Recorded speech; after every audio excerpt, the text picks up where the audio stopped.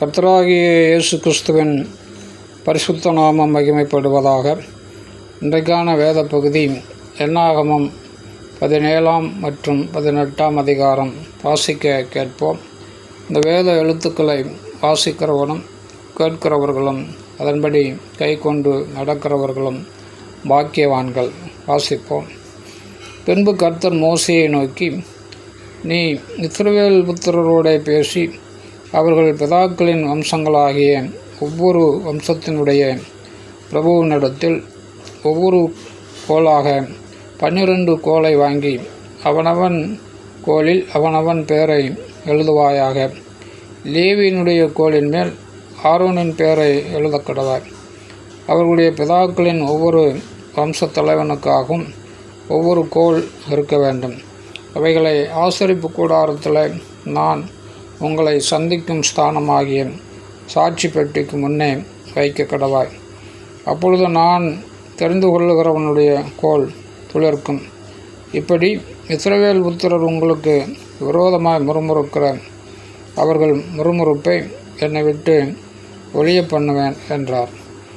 இதை மோசே இஸ்ரவேல் புத்திரரோடே சொன்னான். அப்பொழுது அவர்களுடைய பிரபுக்கள் எல்லாரும் தங்கள் பிதாக்களுடைய வம்சங்களின்படி ஒவ்வொரு பிரபுவுக்கு ஒவ்வொரு கோலாக 12 கோல்களை அவனிடத்தில் கொடுத்தார்கள். ஆரோனின் கோலும் அவர்களுடைய கோல்களுடனே இருந்தது. அந்த கோல்களை மோசே சாட்சியின் கூடாரத்தில் கர்த்தருடைய சமூகத்தில் வைத்தான். மறுநாள் மோசே சாட்சியின் கூடாரத்துக்கு பிரவேசித்த போது, இதோ லேவியின் குடும்பத்தாருக்கு இருந்த ஆரோனின் கோல் துளிர்த்திருந்தது. அது துளிர்விட்டு பூ பூத்து வாதுமை பழங்களை கொடுத்தது. அப்பொழுது மோசே கர்த்தருடைய சமூகத்திலிருந்து அந்த கோல்களை எல்லாம் எடுத்து இஸ்ரவேல் புத்திரர் எல்லாரும் காண வெளியே கொண்டு வந்தான். அவர்கள் கண்டு அவரவர் தங்கள் தங்கள் கோல்களை வாங்கி கொண்டார்கள்.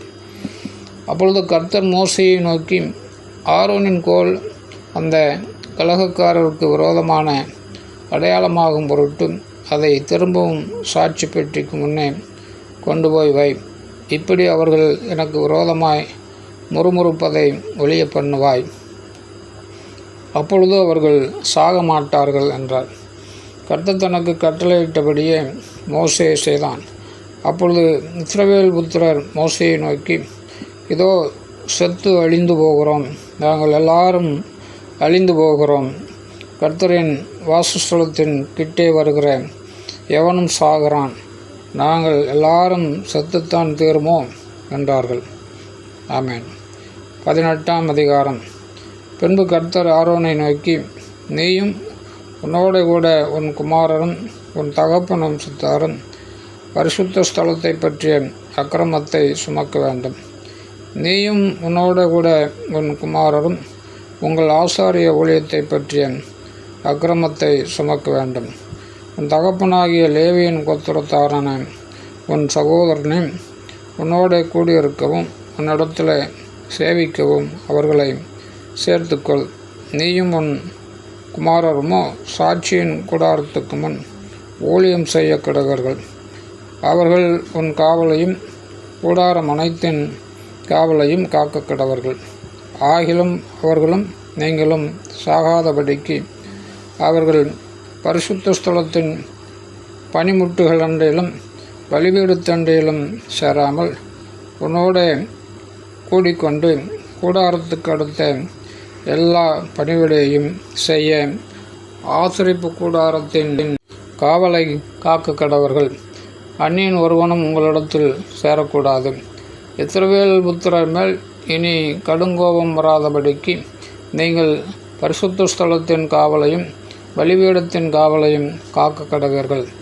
ஆசரிப்பு கூடாரத்தின் பணிவிடையை செய்ய கர்த்தருக்கு கொடுக்கப்பட்ட உங்கள் சகோதரராகிய லேவியரை நான் இஸ்ரவேல் புத்திரரிலிருந்து பிரித்து உங்களுக்கு தத்தமாக கொடுத்தேன்.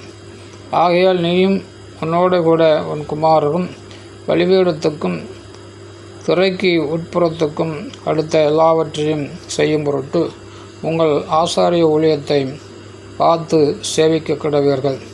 உங்கள் ஆசாரிய ஊழியத்தை உங்களுக்கு தத்தமாக அருளினேன். அதை செய்யும்படி சேருகிற அந்நியன் கொலை செய்யப்பட கடவன் என்றார்.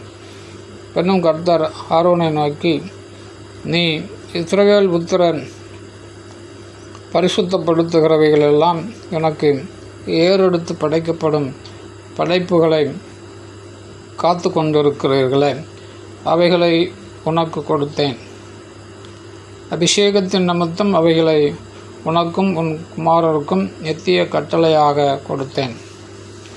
மகா பரிசுத்தமானவைகளில் அக்கினிக்கு உட்படுத்தப்படாமல் உன்னுடையதாய் இருப்பது என்னவெனில், அவர்கள் எனக்கு படைக்கும் எல்லா படைப்பும், எல்லா போஜன பலியும், எல்லா பாவ நிவாரண பலியும், எல்லா குற்ற நிவாரண பலியும் உனக்கும் உன் குமாரருக்கும் பரிசுத்தமாயிருக்கும்.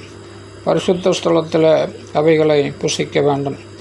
ஆண்மக்கள் யாவரும் அவைகளை புசிக்கலாம். அவைகள் உனக்கு பரிசுத்தமாக இருப்பதாக. இஸ்ரவேல் புத்திரர் ஏறெடுத்து படைக்கிறதும் அசைவாட்டுகிறதுமான அவருடைய எல்லா காணிக்கைகளின் படைப்பும் உன்னுடையவைகளாக இருக்கும். அவைகளை உனக்கும் உன் குமாரருக்கும் உன் குமாரத்திகளுக்கும் நித்திய நியமமாக கொடுத்தேன். உன் வீட்டிலே சுத்தமானவர்கள் எல்லாரும் அவைகளை புசிக்கலாம். அவர்கள் கர்த்தருக்கு கொடுக்கும் அவருடைய முதற் பலன்களாகிய உச்சிதமான எண்ணெயையும் உச்சிதமான திராட்சரசத்தையும் தானியத்தையும் உனக்கு உரியதாக கொடுத்தேன். தங்கள் தேசத்தில் முதற் பழுத்த பலனில் அவர்கள் கர்த்தருக்கு கொண்டு வருவதெல்லாம் உனக்கு உரியதாகும். உன் வீட்டில் சுத்தமாயிருப்பவர்கள் யாவரும் அவைகளை புசிக்கலாம். இஸ்ரவேலிலே சாபத்தீடாக நேர்ந்து கொள்ளப்பட்டதெல்லாம் உனக்கு உரியதாயிருக்கும். மனிதர்களும் மிருகங்களிலும் அவர்கள் கர்த்தருக்கு செலுத்தும் சமஸ்த பிராணிகளுக்குள்ளே கற்பந்திறந்து பிறக்கும் யாவும் உனக்கு உரியதாயிருக்கும். ஆனாலும் மனிதரின் முதற்பேற்றை அகத்தியமாய் மீட்க வேண்டும். தீட்டான மிருக ஜீவனின் தலையீற்றையும் மீட்க வேண்டும். மீட்க வேண்டியவைகள் 1 மாதத்திற்கு மேற்பட்டதானால் உன் மதிப்புக்கு இசையேன். பரிசுத்த ஸ்தலத்தின் சேக்கல் கணக்கின்படி 5 சேக்கல் பணத்தால் அவைகளை மீட்க வேண்டும். 1 சேக்கல் 20 கேரா. மாட்டின் தலையீற்றும் செம்மறியாட்டின் தலையீற்றும் வெள்ளாட்டின் தலையீற்றுமோ மீட்கப்பட வேண்டும். அவைகள் பரிசுத்தமானவைகள். அவைகளின் இரத்தத்தை பலிபீடத்தின் மேல் தெளித்து அவைகளின் கொழுப்பை கர்த்தருக்கு சுகந்த வாசனையான தகனமாக தகனிக்க வேண்டும். அசைவாட்டும் மார்க்கண்டத்தைப் போலும் வலது முன்னந்தொடையைப் போலும் அவைகளின் மாம்சமும் உன்னுடையதாகும். இஸ்ரவேல் புத்திரர் கர்த்தருக்கு ஏறெடுத்து படைக்கிற பரிசுத்த படைப்புகளையெல்லாம் உனக்கும் உன் குமாரருக்கும் உன் குமாரத்திகளுக்கும் நித்திய கட்டளையாக கொடுத்தேன். கர்த்தருடைய சன்னதியில் இது உனக்கும் உன் சந்ததிக்கும் என்றைக்கும் செல்லும் மாறாத உடன்படிக்கை என்றார். பின்னும் கர்த்தர் ஆரோனை நோக்கி, அவர்களுடைய தேசத்தில் நீ ஒன்றையும் சுதந்தரித்து கொள்ள வேண்டாம். அவர்கள் நடுவே உனக்கு பங்கு உண்டாயிருக்கவும் வேண்டாம். இஸ்ரவேல் புத்திரர் நடுவில் நானே உன் பங்கும் உன் சுதந்திரமாய் இருக்கிறேன். இதோ லேவியின் புத்திரர் ஆசரிப்பு கூடாரத்தின் பணிவிடையை செய்கிற அவர்களுடைய வேலைக்காக இஸ்ரவேலருக்குள்ளவை எல்லாவற்றிலும் தசமபாகத்தை அவர்களுக்கு சுதந்திரமாக கொடுத்தேன். இஸ்ரவேல் புத்திரர் குற்றம் சுமந்து சாகாதபடிக்கு இனி ஆசரிப்பு கூடாரத்தை கிட்டாதிருக்க கடவர்கள். லேவியர் மாத்திரம் ஆசரிப்பு கூடாரத்துக்கு அடுத்த வேலைகளை செய்ய வேண்டும்.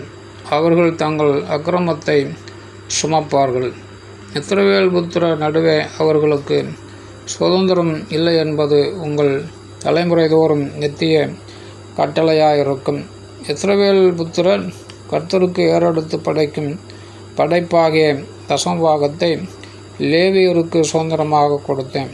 ஆகையால் இஸ்ரவேல் புத்திரரின் நடுவே அவர்களுக்கு சுதந்திரமில்லை என்று அவர்களுக்கு சொன்னேன் என்றார். பின்னும் கர்த்தர் மோசேயை நோக்கி, நீ லேவியரோடு சொல்ல வேண்டியது என்னவென்றால், இஸ்ரவேல் புத்திரர் கையில் வாங்கி கொள்ளும்படி நான் உங்களுக்கு சுதந்திரமாக கொடுத்த தசமபாகத்தை நீங்கள் அவர்கள் கையில் வாங்கும்போது தசமபாகத்தில் 10 கர்த்தருக்கு ஏறெடுத்து படைக்கும் படைப்பாக செலுத்த வேண்டும். நீங்கள் ஏறெடுத்து படைக்கும் இந்த படைப்பு களத்தின் தானியத்தைப் போலும் ஆலையின் ரசத்தைப் போலும். இப்படியே நீங்கள் இஸ்ரவேல் புத்திரர் கையில் வாங்கும் தசமபாகமாகிய உங்கள் பங்குகளிலெல்லாம் நீங்களும் கர்த்தருக்கென்று ஒரு படைப்பை ஏறெடுத்து படைத்து அந்த படைப்பை ஆசாரியனாகிய ஆரோனுக்கு கொடுக்க வேண்டும். உங்களுக்கு கொடுக்கப்படுகிற ஒவ்வொரு காணிக்கையிலும் உள்ள உச்சிதமான பரிசுத்த பங்கையெல்லாம் கர்த்தருக்கு ஏறெடுத்து படைக்கும் படைப்பாக செலுத்த வேண்டும். ஆதலால் நீ அவர்களோடு சொல்ல வேண்டியது என்னவென்றால், அதில் உச்சிதமானதை நீங்கள் ஏறெடுத்து படைக்கும்போது அது களத்தின் வரத்திலும் ஆலையின் வரத்திலும் இருந்து எடுத்து செலுத்துகிறது போல லேவியருக்கு எண்ணப்படும். அதை நீங்களும் உங்கள் குடும்பத்தாரும் எவ்விடத்திலும் புசிக்கலாம். அது நீங்கள் ஆசரிப்பு கூடாரத்தில் செய்யும் பணிவிடைக்கு ஈடான உங்கள் சம்பளம். இப்படி அதில் உச்சிதமானதை ஏறெடுத்து படைத்தீர்களானால் நீங்கள் அதனிமித்தம் பாவம் சுமக்க மாட்டீர்கள். நீங்கள் சாகாதிருக்கும்படிக்கு இஸ்ரவேல் புத்திரரின் பரிசுத்தமானவைகளை தீட்டுப்படுத்தலாகாது என்று சொல் என்றார். ஆமென்.